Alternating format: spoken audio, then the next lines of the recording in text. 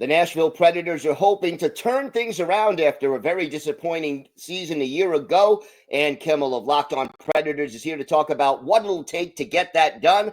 All that and more next on today's Locked On NHL podcast.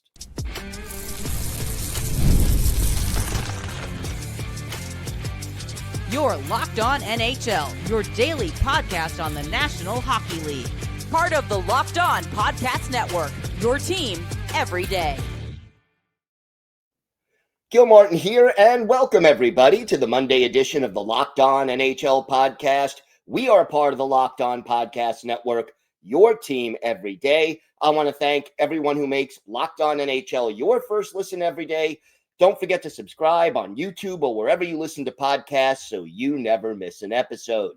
Today's episode is brought to you by FanDuel. Download the FanDuel app now by visiting FanDuel.com and win $300 in bonus bets if your first $5 bet wins.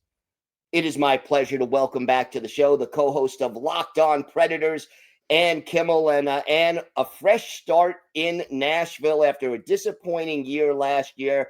And a lot of the buzz I'm hearing coming out of Nashville, this team needs to get off to a faster start this year than they did a year ago. Absolutely. I think that is key for this team. Last year, of course, they had a lot of high expectations and then came out of the gate 0-5, friends. That is something that they absolutely cannot repeat this season. And it's definitely been a focus for the team. It's been a focus and a conversation piece among the coaching staff as well. We need to hit the ice and we need to get some wins right away. And I think it's not just about points in a very competitive Central Division. I think that this is the mental game for the Nashville Predators. They limped through the end of last season. It was such a disappointment individually and collectively. And this is a team that really needs to hit this new season with some energy, some wins, and to get that confidence back. There are veteran leaders on this team. This is not a particularly young, inexperienced team. Who has to step up leadership-wise to help manufacture that faster start?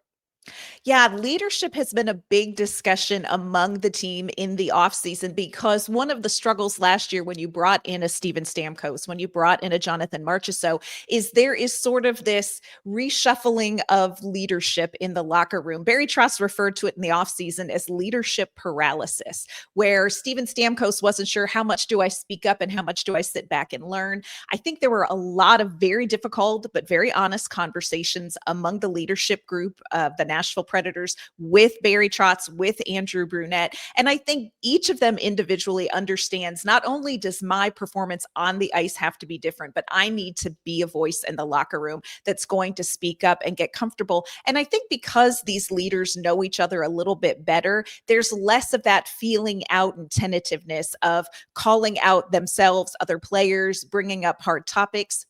So I think that dynamic for the Predators is just naturally going to be a little bit better.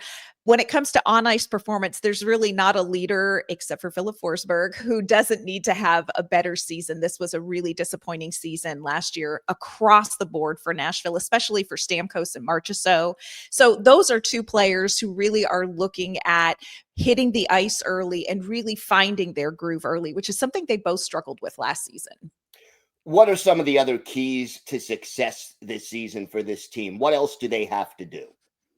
I think it starts really with the defense. Last year, UC Saros had statistically one of his worst seasons of his career. And of course, he is kicking off a long-term contract for the Predators. So that was a hot topic in the offseason. Is UC Saros going to be able to bounce back? A lot of that will have to do with the defense playing in front of him. And Andrew Brunette asks a lot in his system of the defense. And so they have come into camp and they have made some changes to the defensive system. Now, they won't elaborate on much, but they spent a lot of time working on zone exits and things like that. So I think a lot of the success for Nashville is going to come down to defense. And it's an interesting predicament they're in. They went out and they got Nick Perbix and Nick Hague to come in the lineup. Nick Hague was the heir apparent to playing top line minutes with Roman Josi. He is out with an upper body injury for 2 to 3 weeks. Adam Wilsby, who played 26 games last year in the NHL, is probably going to start on the top the top pairing with Rome and Yossi. And so that's a big ask, but he is also someone who has come in and had a great camp. So I think if the defense can get some confidence, can understand what Bruno needs them to do, and if they can stop some of this goal scoring, if they can really kind of halt some of the action that Nashville was just tortured by last season, I think the defense being better is going to give this team a chance to win some more close games. How about special teams? How important is that, both power play and penalty kill? It's big. Nashville was not terrible on special teams. And friends, we had to look really hard to find the not terrible last year. They were 7th on the penalty kill. They were middle of the pack on the power play. But that's one area where, if Steven Stamkos gets up to speed, that power play is automatically going to improve. So I do think that there is some focus on that. Again, this is something in practice that they're trying some new things on the power play. I think special teams is going to be important, but Nashville really struggled last year. Their real failure was at 5-on-5. And so that's where, if you want this team to have a significantly better season, it's got to be at 5-on-5. Last year, obviously a big disappointment. It was the first year for Barry Trotz. How hot is the hot seat for either Andrew Brunette and or Barry Trotz? And if the seats get hot, whose seat gets hot first? That's a great question. If you look at the odds makers, I believe Andrew Brunette is top of the list when it comes to coach most likely to be fired in the NHL. I don't know that that is true. And I think part of that is because Barry Trotz is the general manager, and Barry Trotz has been a head coach. So even during the end of last season, when really the talk was heating up about Andrew Brunette needs to go, Barry Trotz held very firm, and he came out postseason and was very clear. He is my coach. This is who it's going to be. Now, they also worked a lot in the offseason together, Barry Trotz and Andrew Brunette. Andrew Brunette has come in and said, look, I know there are some things that I've got to do differently. The vibes are good when it comes to Andrew Brunette and the team. The team has been honest about, we had some really hard conversations with Andrew Brunette and vice versa about what we need from him, what we need to be better from him. So I'm not sure that the odds makers understand how much grace Barry Trotz is going to have for a head coach. Now, I will say this, Barry Trotz's seat is getting a little toasty if you ask around the league as well, not just because of the failure of last season after those big free agency signings, but also there have been a couple of players that have slipped through Nashville's hands. You think about Dante Fabro put on waivers. He's now a top pairing defenseman for the Blue Jackets. You've seen some of these young players leave the organization. You've seen him sign contracts and then trade players. Of course, we just resolved the ongoing Luke Evangelista contract dispute, which landed exactly where we thought the contract was going to be back in May. So it's been rough optics for Barry Trotz as a general manager lately. And so I think that this is something that we need to keep an eye on.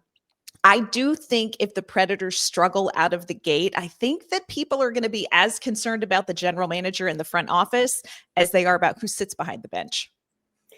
Do you know what some of the things that Barry Trotz and Andrew Brunette said they had to work on were specifically? Or, what is it that they were working on? They didn't go into any detail. Barry Trotz did say that he gave Andrew Brunette some assignments to do over the summer, and then they sat down together and revisited. Another interesting tidbit that we've gotten from the players is Jonathan Marchessault came forward and said, look, I told Andrew Brunette I need him to hold me more accountable.